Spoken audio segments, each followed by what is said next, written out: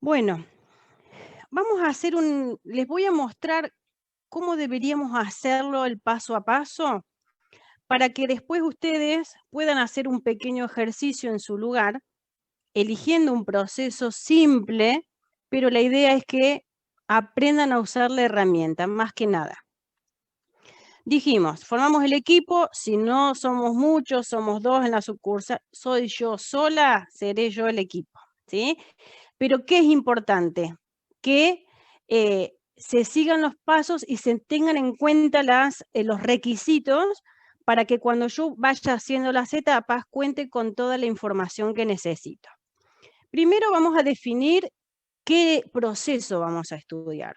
Yo elegí, bueno, acá debería haber sido un proceso de distribución. Distribución, ¿sí? Entonces, recuerden, tengo que conocer mi proceso y tengo que conocer las actividades de mi proceso. ¿Cómo voy a conocer mi proceso? Voy a hacer mi mapa. El mapa de procesos, recuerden que es un diagrama gráfico en el que yo puedo ver todo lo que está relacionado a mi proceso, no solamente las secuencias de las actividades, sino con qué otros procesos se relacionan. Este es un proceso general, vamos a suponer que es un proceso general de la organización, ¿sí? Que su proceso crítico, que es la razón de ser, es recibe la solicitud de cotización, ve si tiene producto, cotiza, ve el stock, ¿sí? Genera factura, cobra, distribuye. Nosotros vamos a hacer foco en el proceso de distribución. De todos los procesos que realiza la organización, vamos a hacer foco en este para el ejemplo. En este mapa de procesos que es general, en donde yo tengo todos mis procesos ahí, pero en forma resumida, voy a tener lo principal nada más. Fíjense que la entrada y la salida en el general son los clientes, porque vamos a partir de una necesidad del cliente y vamos a terminar con una satisfacción del cliente. Entonces vamos a tener como entrada y salida en el general a los clientes, según sea por su necesidad o por su requisito o por su satisfacción. Recuerden que en este mapa entonces tenemos procesos de entrada y de salida, en este caso, y es un ejemplo, cada uno va a tener el suyo en su organización, pero a modo de ejemplo vamos a tener dirección técnica, una dirección que está dedicada a todo lo que es económico y financiero, un área de aseguramiento de la calidad. ¿Por qué estaban en la parte de procesos estratégicos? Porque son los que determinan las políticas de trabajo del resto de la organización. Entonces, el área de aseguramiento puede estar como estratégico, puede estar como crítico o como apoyo. Eso depende de la organización. En apoyo tenemos a la gerencia de capital humano, al área de informática, administración, proveedores, la gestión de residuos, si tenemos asesorías o consultorías, gestión de limpieza, un servicio de seguridad, todo lo que les falte, lo agregan acá. Yo básicamente usé este ejemplo porque yo soy asesora en una distribuidora muy grande, entonces yo estoy en esta parte, ¿sí? Y tomo uno de los procesos de ese lugar. Entonces, ¿cómo vamos a medir nuestros procesos? ¿Cómo los vamos a medir para mejorar? Recuerden, los procesos de mejora. La gestión de quejas y reclamos, que es muy importante que lo tengamos registrado. Elijamos el método y la modalidad la elegimos nosotros, pero es importante que esté. Gestión de conocimiento va como proceso de mejora, ya que ayuda a mejorar los indicadores del proceso crítico, la gestión de riesgos, la gestión de las no conformidades, que si nosotros utilizamos la gestión de riesgos para iniciar acciones, implementar acciones que levanten las no conformidades, estarían gestionadas las dos juntas. Las entrevistas, las encuestas de satisfacción. Hay lugares, o por ejemplo, yo habitualmente sé hacer entrevistas a los clientes para ver cómo gestionan nuestros productos dentro de su servicio, para ver cómo realizan la recepción de los productos, si los realizan desde farmacia del hospital, si los realiza directamente el servicio que recibe los reactivos. Entonces, de acuerdo a la forma en la que nosotros tengamos la retroalimentación del cliente y eso nos sirva para mejorar nuestro proceso crítico, lo vamos a poner como proceso de mejora. Entonces, este es un mapa de proceso general de la organización. Ahora, para poder armar este mapa de proceso, no sé si se los comenté en la clase anterior, pero la estructura general del mapa es similar en empresas del mismo rubro. ¿Qué es lo que va a cambiar? El proceso crítico generalmente, porque la forma de llevarlo a cabo es diferente en cada lugar. Los procesos de apoyo y de mejora pueden variar algunos, pero en la mayoría son similares, sobre todo en rubros en donde tenemos legislación o normativa que exige ciertos requisitos. Bueno, entonces vamos a tener algunos similares, pero podemos tener algunos otros para mejorar los procesos críticos. Ahora, si yo estoy diseñando mi mapa de procesos, y a lo mejor si ustedes se pusieron a hacerlo, se le dificultó un poco el tema del proceso crítico, lo que pueden hacer es, en base al flujograma general que tengan, ¿sí? A este flujograma le sacamos el inicio y el fin y lo ponemos en forma horizontal en la parte de los procesos críticos. Y ahí ya nos queda nuestro proceso crítico dentro del mapa. Pero no todas las actividades del flujograma, como les dije antes, van a ir al mapa de procesos.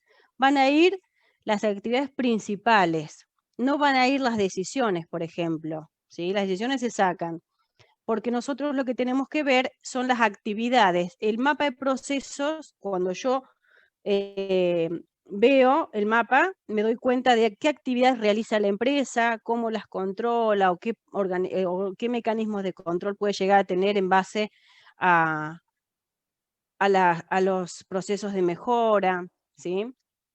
Entonces, para que les resulte más fácil, en base al flujograma general que tenemos, le sacamos el inicio y el fin y utilizamos las actividades principales en forma horizontal en la parte de los procesos críticos. Entonces, de este proceso general, de este mapa, vamos a hacer foco en un subproceso que es la distribución de productos. Para hacer, yo ahora puedo hacer mi mapa de ese proceso, ¿sí?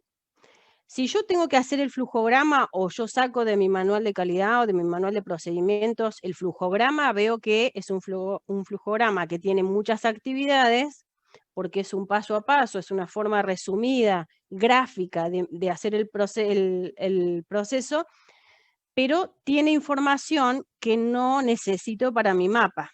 Entonces, selecciono de estas actividades cuáles son las más importantes y las coloco en la parte de los procesos críticos de mi mapa. El proceso estratégico va a ser el mismo al general, los procesos de apoyo y de mejora generalmente son los mismos que el general. Quizás acá abajo, en los de mejora, haya algunos que yo en ese proceso no realizo, ¿sí? Pero generalmente la mayoría de los de mejora abarcan todos los procesos. Entonces, con esta actividad nosotros lo que vamos a hacer es definir el alcance. Vamos a decir todas las actividades que están involucradas en el proceso. El alcance, recuerden que cuando yo veo alcance significa qué abarca, a quién incorpora. En este caso es la extensión, abarca todas las actividades de el proceso elegido.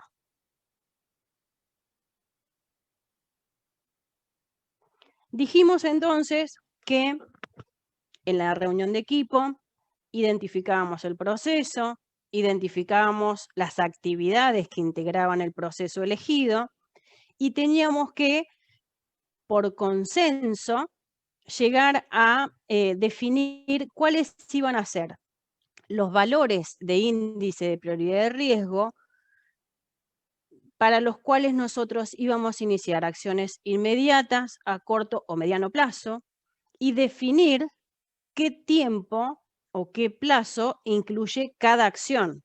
Entonces, esto se hace por consenso, ¿sí? Esto en el equipo se establece de acuerdo a la criticidad del proceso, a partir de, por ejemplo, a partir más de 100, índice IPR 100, las acciones son inmediatas.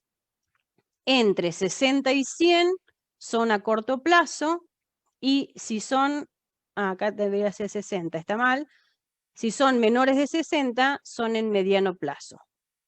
¿Qué incluye? Las inmediatas las vamos a implementar en el plazo de una semana, corto plazo en el plazo de 2 meses y mediano plazo 6 meses.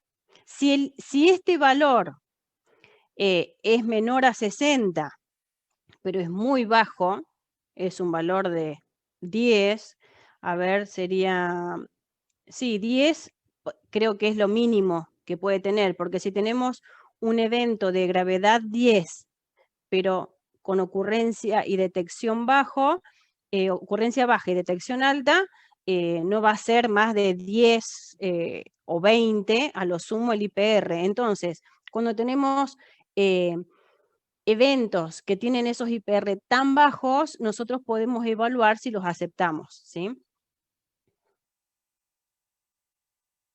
Yo voy explicando un poco el paso a paso, pero si a ustedes les va generando duda, me avisan, porque esto es lo que después van a tener que hacer ustedes. Bien. Vamos a establecer entonces el objetivo. Esperen que acá me tapan, los controles me tapan el... establecemos el objetivo del proceso. Y es sumamente importante que cuando en el equipo se establezca el objetivo, esté bien establecido. Porque una cosa es que yo diga que el objetivo es que los clientes reciban los productos en tiempo y forma, que los reciban con la cadena de frío que tiene que tener, desde que salen de mi empresa, durante el transporte y hasta la entrega, a que yo diga que mi objetivo es que se conserve la temperatura apropiada en el transporte. Entonces, yo tengo que ser muy claro, porque la extensión y la claridad de ese objetivo van a determinar después los eventos que yo puedo tener en cuenta en mi matriz. Análisis del contexto. Bueno, yo les había mandado un formulario, acá les voy a poner un ejemplo nada más, de un análisis de contexto, en donde tomo como un ejemplo una distribuidora de equipamiento, reactivos e insumos de diagnóstico. Entonces voy a primero hacer un listado de las fortalezas que considero y les voy poniendo fortaleza 1, fortaleza 2, ¿sí? Les voy poniendo la letra y el número al lado.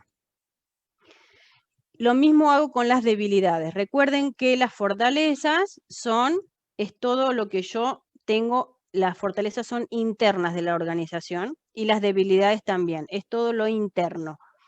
Las oportunidades y las amenazas son las externas a la organización. Entonces, lo que yo puedo hacer por un lado es o identificar nada más, hacer esta matriz con la identificación de cuáles son las fortalezas y las debilidades, mis oportunidades y amenazas, que quizás sean muy extensas en unos o en otros. Esto es un ejemplo nada más para que tengan en cuenta. O lo que yo puedo hacer es un análisis de ese contexto, en donde yo puedo combinar algunas fortalezas con algunas oportunidades para potenciar esas fortalezas, o con las amenazas para hacerle frente con esas fortalezas, hacerle frente a las amenazas. Y si no, si yo combino las debilidades, ¿ven? Que combino las letras de las debilidades con las letras de las oportunidades y las amenazas, ¿sí? Es una combinación. Si yo combino las debilidades con las oportunidades y las amenazas, lo que tengo que hacer es ver si, como vengo trabajando, lo sigo haciendo sin proyectar nada nuevo o innovar en nada, ¿sí? O cómo le hago frente a lo que con lo poco que tengo, cómo le hago frente a las amenazas o cómo puedo llegar, aunque sea aprovechar al mínimo una oportunidad con lo poco que tengo, ¿sí? Entonces, ustedes deciden cómo hacen ese análisis de contexto, si directamente identificando o desarrollando estrategias. Quizás en una primera etapa lo hagan identificando nada más y después, a medida que eso que va madurando su FODA, puedan ir identificando cómo potenciar fortalezas, cómo aprovechar ciertas oportunidades y van desarrollando las estrategias adentro del FODA. Bien. Dijimos que, entonces, era muy importante que tuviéramos un flujograma del proceso. ¿Por qué? Porque las actividades que integren ese flujograma, que en principio lo mejor es que sea un flujograma lineal, como les dije antes, para que nosotros no tengamos distractores y podamos seguir la secuencia de las actividades. En base a ese flujograma vamos a completar la matriz. ¿Cómo lo vamos a hacer? Vamos a colocar un número por cada actividad. En la matriz sí van todas las actividades, las más importantes y las menos relevantes. Lo que no van son las decisiones, ¿sí? Recuerden, en el mapa de procesos, solo las relevantes. En la matriz de gestión de riesgos van todas excepto las decisiones. Entonces, al lado de cada actividad de nuestro flujograma, vamos a colocar un número, ¿sí? Que es este. Esta sería la secuencia de mi proceso. Es un ejemplo, lo pueden hacer de esta forma, lo pueden hacer con más actividades, con menos actividades, eso depende de su organización. Tengan en cuenta que es solo un ejemplo. Entonces, en este caso yo tengo 9 actividades para poner en mi matriz. Las tengo identificadas. Ahora, fíjense que con la matriz, que va a arrancar como un formulario, nosotros vamos a poner el número que le pusimos a la actividad y la actividad que teníamos en el cuadrito, ¿sí? El 1 era recibir la orden de compra, el 2 verificar existencia de producto, y vamos a seguir ese orden, la misma secuencia que tenemos en el flujograma. Ahora, lo que nosotros tenemos que hacer es, en base a cada actividad, y se tienen que sentar con toda la paciencia, es pensar cuál es el objetivo de que yo reciba la orden de compra, por ejemplo. Bueno, el objetivo puede ser que yo tenga un documento, ¿sí? No importa si es en modalidad digital o en papel, pero que yo tenga un documento en donde quede constancia de la necesidad del cliente. ¿Se entiende? Bien. ¿Qué puede pasar? Y estas son preguntas que tienen que hacerse ustedes. ¿Qué puede pasar para que yo no cumpla mi objetivo? Mi objetivo es entonces que yo tenga la necesidad del cliente clara para que pueda preparar el producto que tengo que enviarle. ¿Qué puede pasar? Bueno, en realidad son ejemplos, ¿no? El que está en la parte de distribución, lo llaman del área de administración por teléfono y le dicen, hay una orden de compra de, qué sé yo, 5 paneles. Después te paso la orden. Entonces, recibe la instrucción de lo que tiene que preparar en forma verbal, no tiene el documento. Eso puede ser un evento que a mí me impida lograr mi objetivo. ¿Se entiende? Yo voy, lo que ustedes no entiendan, por favor, me preguntan porque es importante que les quede claro. Ahora, ¿qué puede pasar si yo recibo la orden de preparar ese pedido en forma verbal, telefónica y no con mi orden de compra?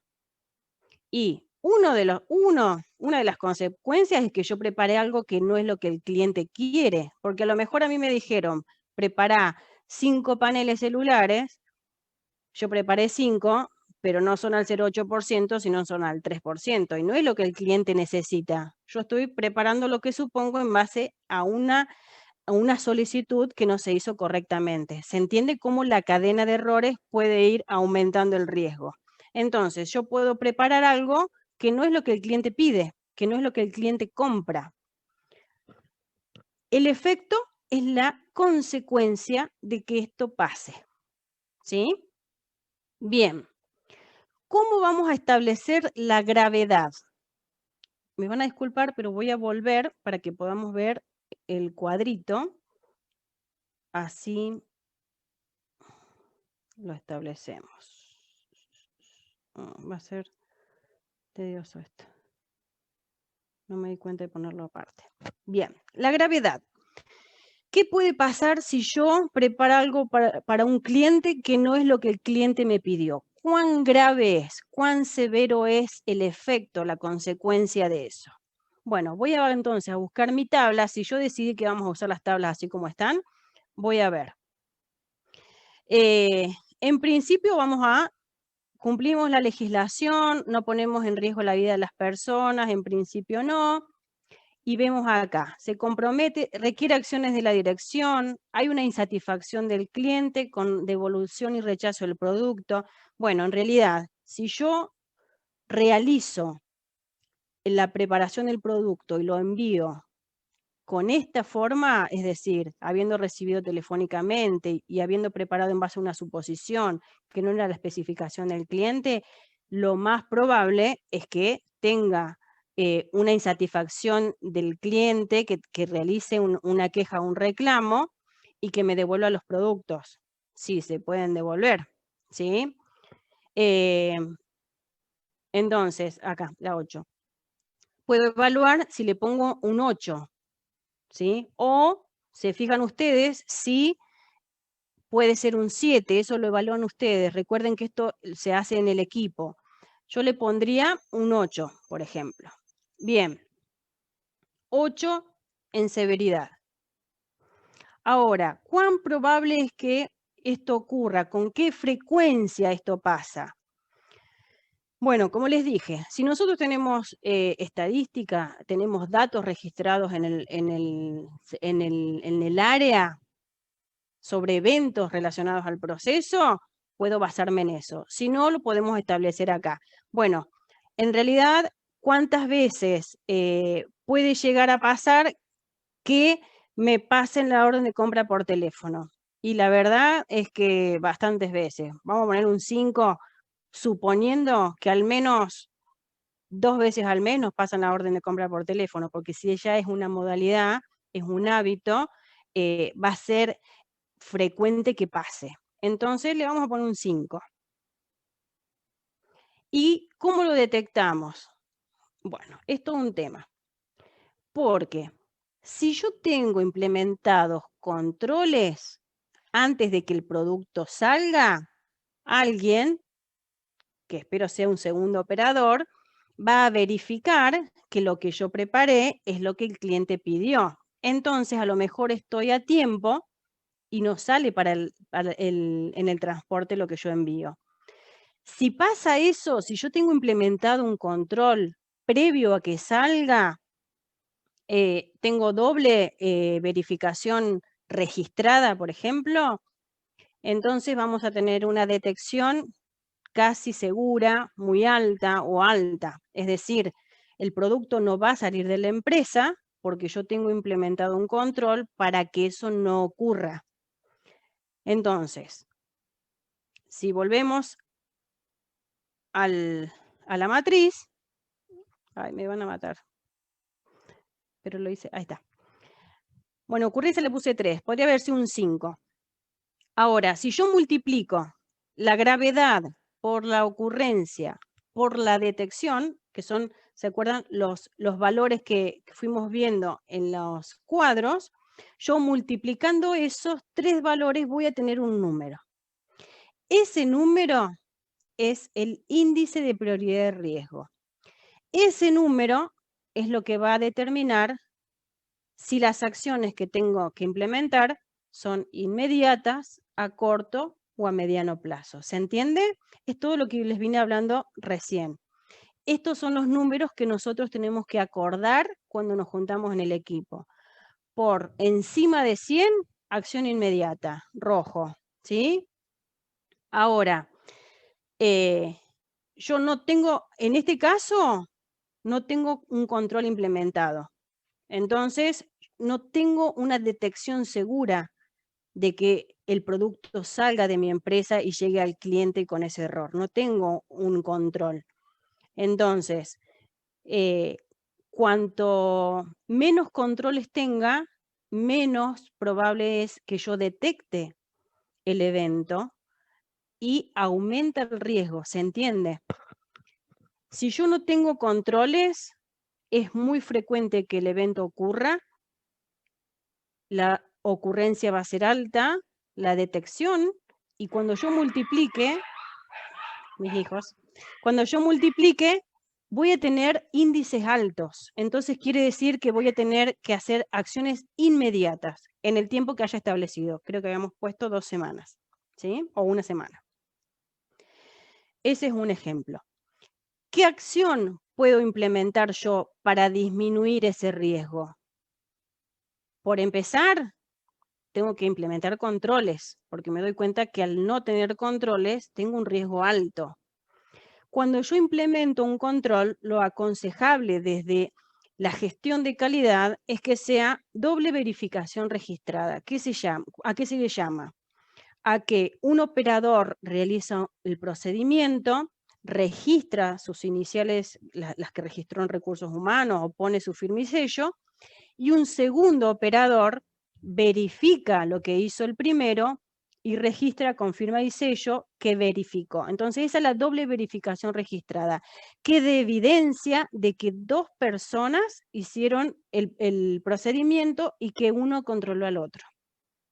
Si yo implemento controles, disminuye el valor de detección, porque quiere decir que la voy a detectar o en el momento, o un poquito antes, o un poquito después, y este valor va a bajar. Entonces, con la acción que yo piense para gestionar este riesgo, tengo que mejorar mis métodos de detección y tengo que disminuir la probabilidad de que ocurra el evento. ¿Quién es el responsable de implementar esto? Bueno, por un lado, el responsable de gestión de calidad, porque es el que tiene que implementar el procedimiento de la doble verificación registrada, y por otro lado, el responsable del área, que es el que tiene que verificar que se cumpla. Vamos a otro ejemplo.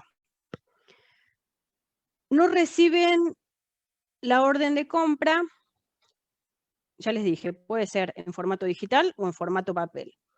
Pero vamos a suponer que la reciben directamente por sistema y no les anda el sistema. Entonces no tienen orden de compra. En este caso no lo preparan, sino que esperan.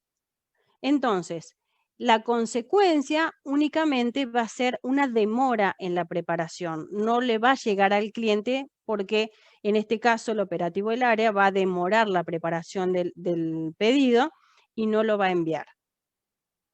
¿Por qué? ¿Cuál es la causa de que no ande el sistema? Bueno, nosotros se nos cortó la luz y el generador no funcionó en el tiempo que tenía que funcionar. ¿Sí? Entonces, le asignamos también en base a las tablas. ¿Cuán grave es? Bueno, en realidad, si solo el efecto es una demora, no es tan grave, pero todo depende cuánto tiempo sea la demora. Porque recuerden que en la tabla nosotros teníamos también insatisfacción del cliente para usar la calificación. Si nosotros demoramos 1 día, 2 días, depende con qué urgencia el cliente lo necesite. Por eso es importante el contexto, ¿sí? Ahora, ¿cuán probable es que ocurra? Bueno, es relativamente bajo, pero no tenemos controles. Lo detectamos rápido porque no tenemos sistema, entonces se detecta rápido. Y el IPR, si ustedes multiplican, nos da un número bajo. ¿Por qué? Por un lado tenemos un impacto, una severidad baja, que al nosotros tener detección y ocurrencia relativamente promedio, digamos, no nos va a significar un gran riesgo. Ahora, ¿cuál es la acción que tenemos que implementar para esto? Si vimos que la causa fue que no anduvo el generador, la acción quizás sea implementar o verificar el mantenimiento del equipo del generador. Si yo verifico eso, quizás la demora va a ser menor, ¿sí? Y lo que puedo disminuir es la ocurrencia o puedo aumentar la detección. Pero ya es un riesgo que no necesita acciones inmediatas, ni siquiera a corto plazo, ¿sí? Recuerden que habíamos puesto como parámetro que por debajo de 60 eran a mediano plazo. Bueno, yo a lo mejor lo que tengo que hacer es aumentar la frecuencia en la planificación del mantenimiento del equipo. ¿Quién es el responsable de implementar esa acción? El responsable del área de mantenimiento. Seguimos, acá se les pueden ocurrir muchos más eventos, ¿sí? Yo puse 2 nada más como para que ustedes vean uno con un IPR alto y uno con un IPR bajo, pero acá por cada actividad pueden tener todos los eventos que se les ocurran. ¿Cuál es la modalidad? De preguntarnos qué podría pasar. Y así sea algo descabellado y algo que dicen es muy poco probable que pase, pero si hay una mínima posibilidad que pase, tiene que ir a la matriz. Nos va a dar un IPR bajo quizás, pero nosotros tenemos evidencia de que ese riesgo se contempló y nos dio que es un riesgo bajo. ¿Se entiende? Ahora, seguimos con la actividad 2, que es verificar existencia del producto. Yo ya recibí la orden de compra, vamos a suponer que está todo bien, y tengo que ver si tengo el producto para preparar o no el pedido. ¿Qué puede pasar? Que no haya, que no tenga productos para preparar. ¿Cuál es la consecuencia? Que demore la preparación. Es decir, volvemos al caso anterior, el cliente va a seguir esperando el producto. Por eso le vamos a asignar una gravedad de 4. ¿Cuál es la causa de que yo no tenga en stock ese producto? Y a lo mejor tuve un problema con la importación. Cuando nosotros hacemos el FODA, a lo mejor en amenazas tenemos todo el tema de los cambios en las políticas de importación o los problemas en aduana que puede haber. Este producto viene del exterior y no pudo entrar. Entonces yo no tengo stock en mi depósito para hacerle frente a los pedidos del cliente. ¿Cuán ocurrente es que pase? Bueno, en realidad pocas veces pasa, pero pasa. Entonces, aunque tenga 1 o 2 veces al año que pase, lo tengo que gestionar. ¿Hay controles? No, porque en general esto es un tema externo. La detección es baja porque a lo mejor recién se entera que no tienen stock cuando va al depósito a buscar el producto o cuando va a la cámara a buscar el producto. No lo sabía de antes porque depende, si yo no tengo control, no hay nada que le diga antes de llegar a la cámara que no tiene el producto. Si yo tuviera un control implementado, a lo mejor ingresa al sistema o tiene un software de gestión de stock o tiene algún formulario de gestión de stock en donde saben qué productos están con demora de ingreso, qué productos tienen, qué productos no, qué productos pidieron. Bien, si yo hago la multiplicación, obtengo un IPR. Este requiere acción a corto plazo. Vamos a suponer que fue un tema administrativo que no pudo ingresar, que hubo algún documento que no se presentó y fue un tema administrativo. Pero también puede pasar que directamente Suiza, por ejemplo, por política exterior no está haciendo envíos a Latinoamérica. Entonces, una de las formas puede ser que yo, si tengo capacidad, pueda, de acuerdo al tipo de producto que sea, porque tampoco con todos, puedo aumentar la cantidad para afrontar las épocas en las que yo sé que voy a tener problema de ingreso. Es una de las formas, ¿sí? Si la importación, acá yo puedo discriminar si es por un tema ajeno a la empresa o si es por un problema interno de la empresa, alguna documentación que no se presentó, alguna habilitación que se cayó, bueno, lo que sea, lo puedo discriminar acá, puedo ser más detallista con la causa para ver qué acción se recomienda. En este caso, responsable de compras. Actividad 3. Localizar, ¿cómo estoy con el tiempo? Bien. Localizar el producto en el depósito. Bueno, hubo una reingeniería en el depósito y se hizo todo un cambio, se agregaron cámaras, bueno, fue todo un cambio y el operativo no encuentra el producto. ¿Qué pasa? Se demora la preparación. Al igual que nosotros, la demora, dependiendo cuánto sea, bueno, acá no va a ser mucho, pero sí se va a demorar. Vemos por qué pasó, cuántas veces es probable que ocurra, si hay controles o no, y otra vez hacemos la multiplicación. Y tenemos muy bajo, ven que es muy bajo el IPR. Entonces, como acción recomendada, se propone que cada vez que sucedan movimientos o cambios en los flujos de materiales dentro del depósito, por algún motivo, se informe con notificación firmada y se capacite al personal en lo que es el movimiento del flujo de materiales dentro del depósito. Es un riesgo que nosotros podemos elegir no gestionarlo, ¿sí? Podemos aceptarlo y decir, bueno, lo que podemos hacer es directamente incluirlo en nuestro calendario de capacitaciones internas. ¿Quién es el responsable? El responsable del área. Acá puede ser que comparta con gestión de calidad la responsabilidad de implementar las acciones. ¿Se entiende? Porque en realidad con cada actividad del flujograma se va a hacer lo mismo. Se va a evaluar qué puede pasar, cuál es el efecto si eso pasa, por qué pasa. Se le asignan los valores, se multiplica y se obtiene el valor final. Este es el valor que a nosotros nos importa porque es la evidencia de que es una actividad, si es una actividad riesgosa o no en nuestro proceso. Si tenemos que gestionarla primero que a otras o no. No sé si tenía otro ejemplo. Acá había seguido para que lo hiciéramos juntos, pero bueno, con el tiempo no vamos a llegar.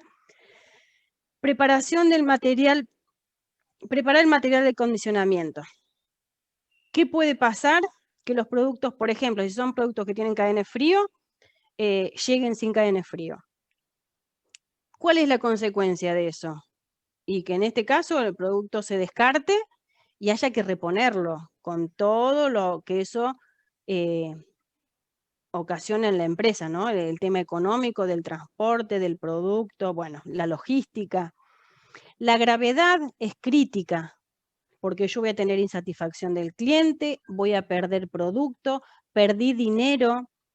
¿Por qué? ¿Por qué pasó que no se puso, no se mandó con cadena de frío? Porque en realidad no se siguió el procedimiento. Acá puedo aclarar que tengo gente nueva en el depósito, por ejemplo, en el área de logística, puedo hacer las aclaraciones que hagan falta. Pero básicamente hay un procedimiento que seguir cuando se prepara material con cadena de frío y acá no se siguió. Llegó al cliente, el producto ya no servía, se descartó y encima tuvimos que reponer. ¿Sí?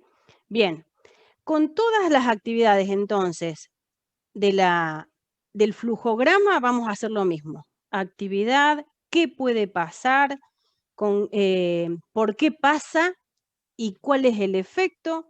Le damos el valor que nosotros estimamos, que al principio a ustedes por ahí les va a costar encontrar el valor pero van a llegar, si ustedes analizan las tablas van a llegar porque uno lo adapta a su lugar fácilmente a eso. A las tablas yo se las voy a mandar después bien en un PDF. Una vez que tenemos terminado la matriz ANFE para ese proceso, lo que vamos a hacer es usar este formulario, que es el plan de mejoras. Es decir, la última parte de la matriz, en donde nosotros decíamos qué acciones, quién es el responsable y en qué plazo. Bueno, está resumido en el plan de mejoras. Acá nosotros vamos a ubicar las actividades de IPR mayor a menor, no importa en qué orden están en la matriz. Acá en este formulario van a ir de mayor a menor. Vamos a poner cuáles son las acciones que nosotros proponemos que se hagan, quién es el responsable de que se cumplan y en qué plazo. Recuerden que este plazo es lo que establecimos al principio. El nuevo plazo se considera si cumplido el plazo que se estableció, no se inició la acción. Entonces, el nuevo plazo se asigna, pero con la justificación de por qué. Ay, me están apareciendo, no sé si soy yo. No. Estoy viendo Teresa Yarre, me parece que...